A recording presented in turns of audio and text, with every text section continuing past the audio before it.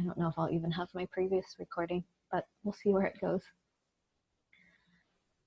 Okay, so interoceptive exposure is facing fear of the actual fear.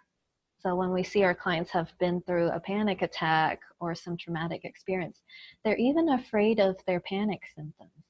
They don't realize that this is the body's way of trying to help protect itself from danger. And the truth is, there is no panic symptom that is dangerous. So even like the increased heart rate where you feel like, oh, I'm going to have a heart attack, I'm going to lose control.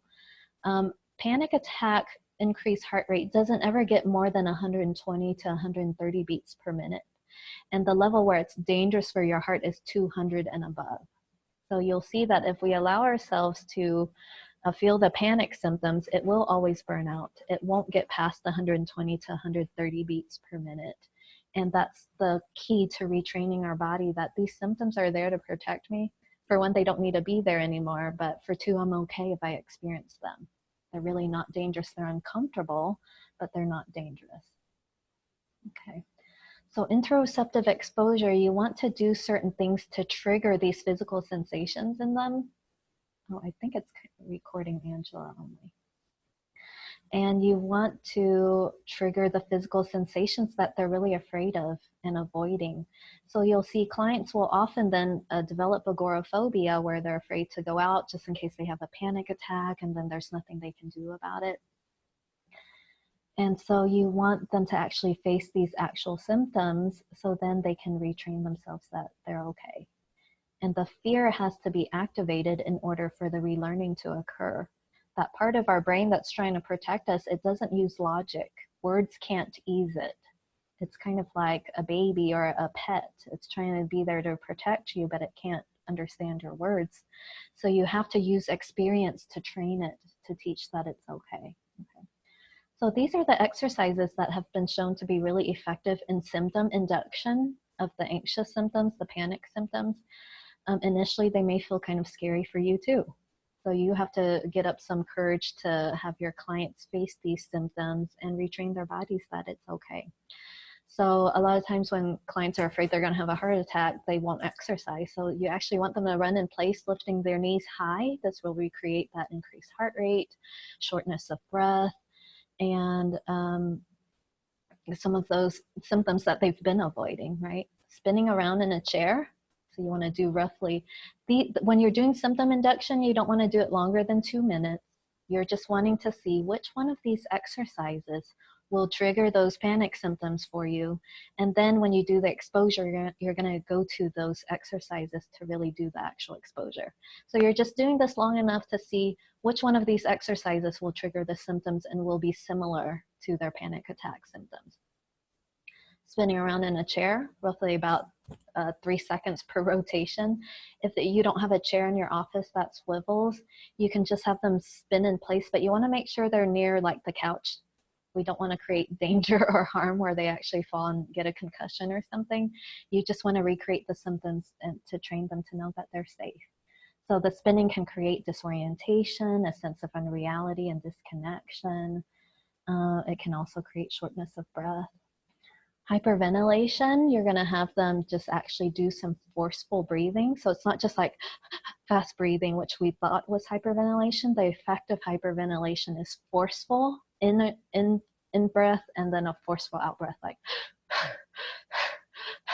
and then having them increase that and doing the forcefulness is what will create some of those panic symptoms for them. For my clients, it was the hyperventilating that did it, breathing through a drinking straw, which gives them like shortness of breath, kind of a claustrophobic feeling. And then surprisingly, she didn't think this one would do much, but having her head in her knees and then quickly sitting up. So she said, actually, the head and the knees, it actually triggered a panic attack for her in that session because she felt like, I couldn't breathe, I'm kind of trapped, because she had to wait 30 seconds before she could sit up. That was actually a key one to trigger her symptoms to show her that she is okay. And then they can tense every body part and then just release the pain. That can sometimes makes like muscle tension and creates kind of a panic symptom in them. Other ones that has been shown to be helpful is like staring at a mirror, where that creates a sense of unreality for them, right? So for symptom induction, you don't want to do it longer than 2 minutes. You just want to do it to the point where they're experiencing the symptoms. So you write the exercise, you write out what were the symptoms they experienced. And then you want to rate, this is the key here, rate how anxious were you from 0 to 100 during that exercise when the symptoms came on. And then how similar was it to a panic attack when you're feeling really unsafe and panicky? So when you're doing the actual exposure practice, you want to choose the exercise that gives them at least 40% anxiety. And then for it to be similar to the panic, at least 20%. So if it's not to that level, it's not going to be helpful to them. And then depending on if they're kind of a rip the Band-Aid off kind of a person or peeling it off slowly, you can go straight to the thing that gave them the highest anxiety. That would be flooding.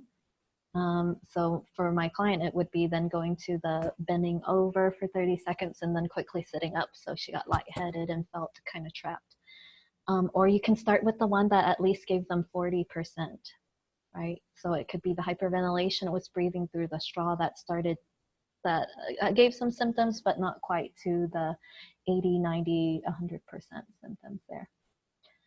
So that's interoceptive exposure. And then once you do symptom induction, you want to practice the exercise that's at least 40% anxiety provoking and at least 20% similar to the panic attack. And then you do it 3 times in session. So you do it once, but you want to make sure you create enough time to where they reset again. And then you do it again, the exact same thing. And when you do the actual practice, you do it up until they feel the symptoms, but you want to do it for 30 seconds longer. So you don't want to just get there and stop. You want to show them that, hey, you can go longer in this and train yourself that you are actually okay. And so after every exercise, you want them to answer, did what I most worry about occur? So my client was worried about, you know, that she'll lose control. She'll get to that point and she faces the trauma and she'll get to the point of anxiety where she'll never be able to come back from it. She'll just be like broken and out of control and kind of lost her mind. And so that didn't occur. What are the chances of it actually happening? Initially was 25. And so this is kind of the cognitive relearning that you want to track with them as well. And in the symptoms, they weren't different symptoms every time, but the space didn't allow me to write out all of the symptoms. So we just track the symptoms every time. And then we'll see some of the symptoms may still be there, but she'll feel it less intensely. Or sometimes I'll see the symptoms actually completely fall off. Like I've done this with a client who, and she just felt really horrible stomach pains when she did the interoceptive exposure. And then by the 3rd time, she didn't even feel it anymore. She didn't even notice it. Okay, questions about I'm sorry, I forgot to mention, and then you want them to do this at home. So at least once a day for at least 10 minutes, do this exposure at home. Actually induce your symptoms, go on for 30 seconds longer than when the symptoms came on, and then you want to do it 3 times, giving yourself a break in between so you can reset the symptoms and that you're measuring the exact same thing every time. Okay, what questions do you all have about the interoceptive exposure? It's kind of scary, but it's actually really cool and empowering to see them realize, oh I'm okay. I can feel these symptoms and I'm actually fine. And my body can know that it doesn't need to be there to protect me from imminent danger anymore. Hey, Tyann, I did it with a client one time and who had panic attacks, and we did the jumping jacks, and she goes, oh my gosh, I can start exercising again. Wow. She was avoiding exercising because of her panic attack. Cool. So it was really sort of neat. Thanks, Jill. You can see how empowering that is, right? In the mind in that moment, it feels completely true. Logic doesn't matter. It feels true that movement, increasing my heart rate, is dangerous. Exercise is dangerous. So you have them go there and then they retrain themselves to say, gosh, I'm okay. And this actually feels pretty good. It's uncomfortable when you're there. I mean, any of us when we're exercising and it's hard to breathe, it's uncomfortable. But I'm okay. And then afterwards, you kind of see this like empowerment that they have when they conquer it. You know, thank you so much for sharing that, Jill. Jill's a level 3 TEAM-CBT therapist and has had a lot of experience in this. So it's always good to hear the actual accounts of healing, right? So resources, there's my Facebook group. I do one-on-one training if you wanted a little bit more supervision through this process. The Feeling Good podcasts are one of my favorite Dr. Burns resources. And then I've gotten all my training from the Feeling Good Institute, and I'm just so grateful for them. And they're the board, they're the body that does our certification as well. And one-on-one training with me, and then my training group also counts towards certification. And in order to get the level 1 certification, you just need 12 hours. So 12 of my webinars or 2 of my one-day trainings. And of course, anything through the Feeling Good Institute, I've seen just be top-notch there. Okay, and I have this upcoming training, but actually it's full now. So I should have more coming up starting September. I'm gonna start to try to do a 2-day training. So like one training will actually count towards your level 1 certification. And then it will allow you to just practice these tools and come out to feeling a lot more effective and being able to treat your clients with anxiety and depression.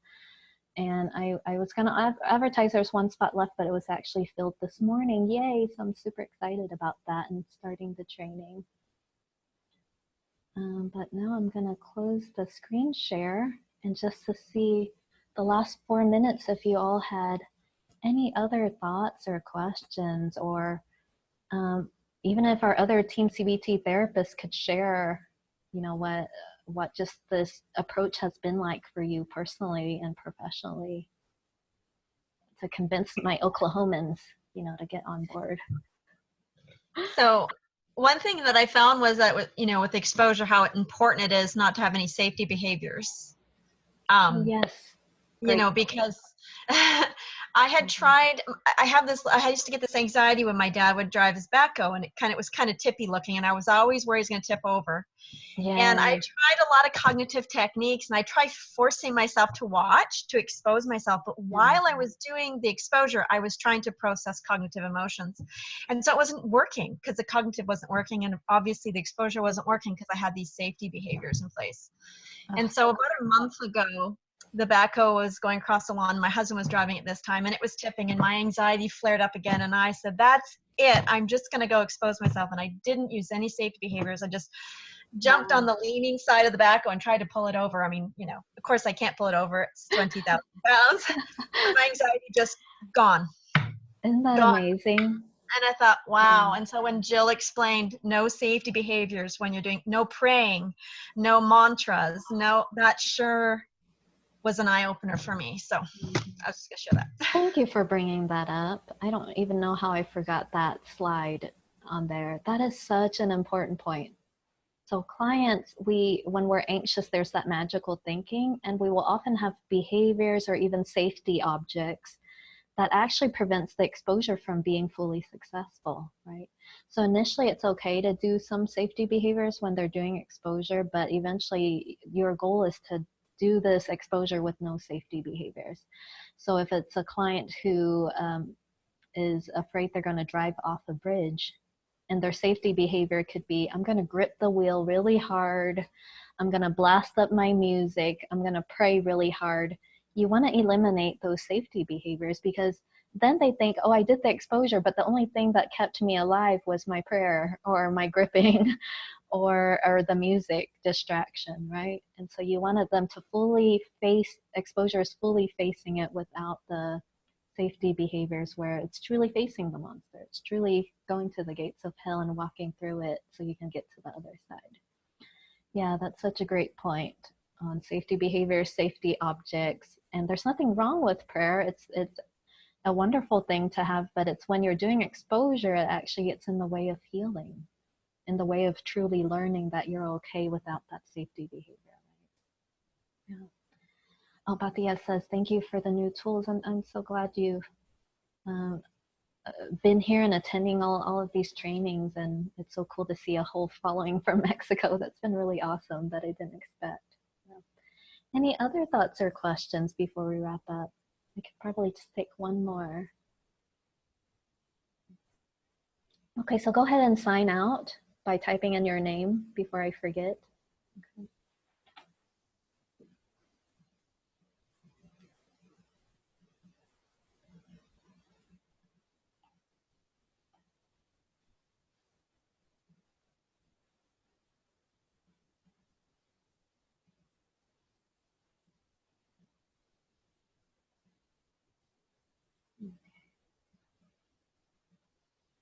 Oh, this is great. Thanks, Carmen. Thanks for being here. Appreciate that.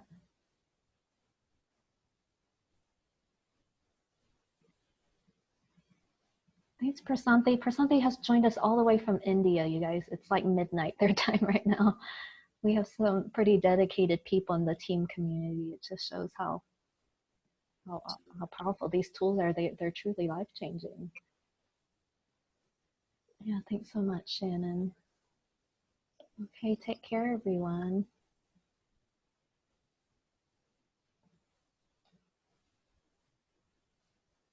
Okay. Tina, if you wouldn't mind staying around soon after we finish, I'd love to talk to you a little bit. Oh, you're going to sleep now for something. That's great. Please take care of yourself.